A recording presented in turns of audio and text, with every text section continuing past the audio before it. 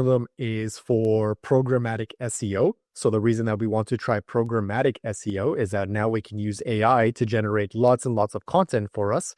And with that content, we can also get indexed, right? Like, so basically more than 50% of content now on the internet has been AI generated in the last like 2 years, right? So now the AI content has overtaken the organic content, and it just continues being generated by AI, right? So now we want to do that programmatically, but also within the guardrails, within the specifications of what Google allows, because essentially Google has very strict, um, it very strictly uh, assesses whether your content is just garbage or whether it follows their rules, right? You can still do PSEO, programmatic SEO, but you have to like be very, very specific on what you're promoting and how you're promoting it and what the page has and the content, all that stuff, right?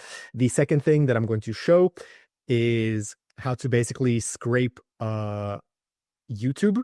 So you can basically hyper target your advertising on YouTube, right? Because YouTube ads are very, it's not like they don't have the best targeting methods. Unfortunately, if you've ever run YouTube ads, it's very like they don't let you hyper target to exactly who you want to show your ads to.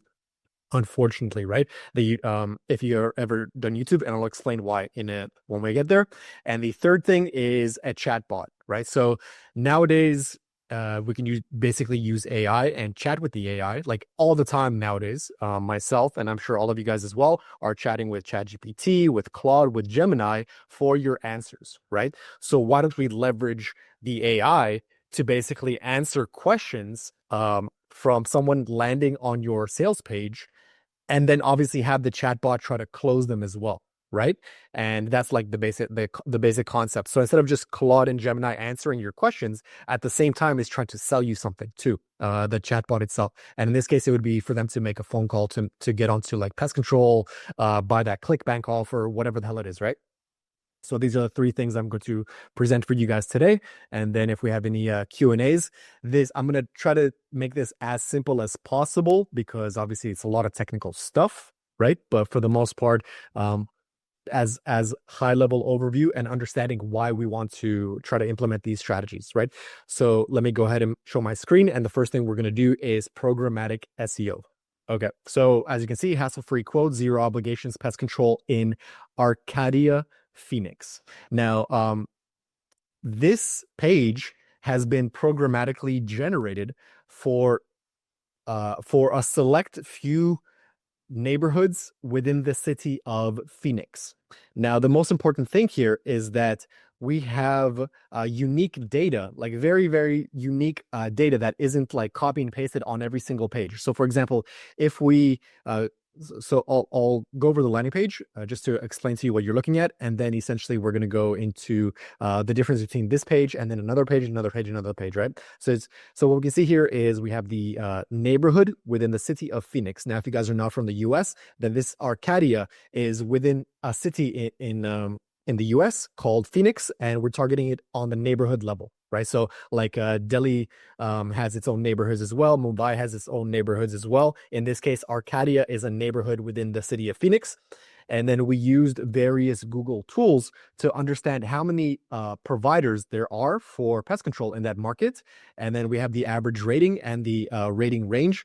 And then there's very, very specific section that is only geared towards that neighborhood, right? So we used various Google tools to make sure that the content on here is as precise to this specific location as possible, right? And this is something that Google is now looking towards. It's not looking to for like, pest control is important because essentially it allows you to clean your house. No, we want to know, why is it important for the person visiting their the page, and specifically why is this page relevant to the exact keyword that you're targeting, right? So in this case, we're targeting Arcadia Phoenix pest control, and this page has to be exactly about that, right?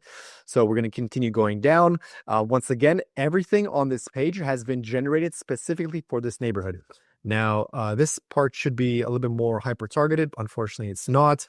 I'll continue going down.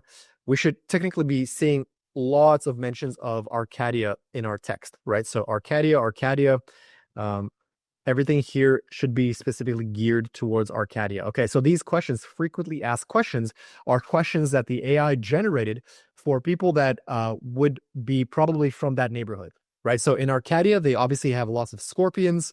They want to know what they should be specifically worried about, specifically in the months of March and October, right? And this is all specifically for that neighborhood. The questions have been generated as well. And this ultimately is just SEO juice for the engine to assess whether your page is actually relevant or not. The other thing for localized targeting to get SEO to come is that you need a map, right? So a map tells Google, okay, this is actually relevant towards the location. And then we have landmarks here. So Google really wants to know, is your page specifically for that neighborhood? How can I tell? Because it mentions specific landmarks from that thing. And all this stuff is, once again, generated by the AI. I don't know anything about this neighborhood. I've never been there. I only heard about it like when I started doing the programmatic SEO, but everything here is specifically geared towards this neighborhood, for example, right? And then we continue going down and et cetera, et cetera. Now, technically this lander should have been updated because I have I have a disclaimer here as well. And then at the very bottom, there's like trust factors as well. So moving into 2026, Google really wants specific trust factors on your landing pages for SEO purposes. They want to know, do you have a privacy policy? Do you have like a specific disclaimer? A bunch of all these other things. Now, the problem that I encountered is that when trying to figure this stuff out, ultimately, all of us here are affiliate marketers and we're all in the lead gen space. So how do you make Google trust us if we're just a lead gen website? So this is something that we kind of have to game and go back and forth to figure out together. But one of the things is like including an address on your page or like specific phone numbers or like a bunch of other factors, because otherwise Google's like, okay, this is most likely a lead gen website. So we kind of have to bypass certain things and include other things as well. So what you're seeing here, two things is that